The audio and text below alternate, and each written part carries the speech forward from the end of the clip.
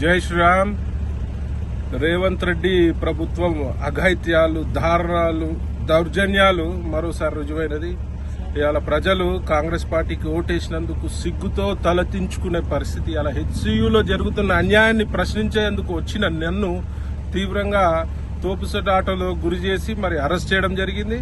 మరి నేను ఒకటే అడుగుతున్నా, ఒక భారతీయ జనతా పార్టీ నాయకుడుగానే కాకుండా మరి ఒక ప్రకృతి ప్రేమికుడుగా అడుగుతున్నా, మరి ఇంత అధ్వానమైన పాలనలో మరి అలా మనుషులే కాదు హింసకు గురవుతున్నాయి.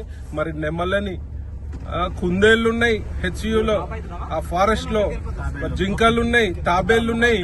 చెట్లు నరుక్కుంటా పోతే ఇవాళ ఆల్రెడీ హైదరాబాద్ లో 50% పైన గ్రీన్ కవరేజ్ మొత్తం పోయింది. గ్రీనరీ మొత్తం 50% పైన తగ్గింది.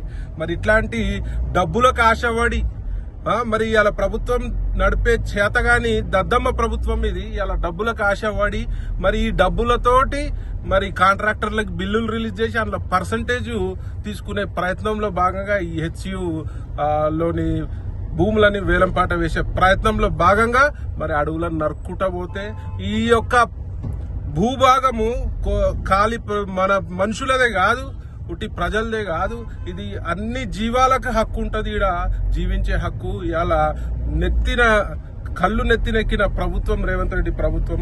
నేను దీన్ని తీవ్రంగా ఖండిస్తూ మరి నెమలి శాపానికి జాతీయ పక్షి ఆడ నెమళ్ళు ఆర్తనాదాలు రోధిస్తున్నాయి. నెమళ్ళు మరి చెట్లను నరుకుతుంటే మరి వాటికి ప్రాపర్ గా పునరావాసం అన్న ఏర్పాటు చేయవలసిందిగా నేను డిమాండ్ చేస్తున్నా.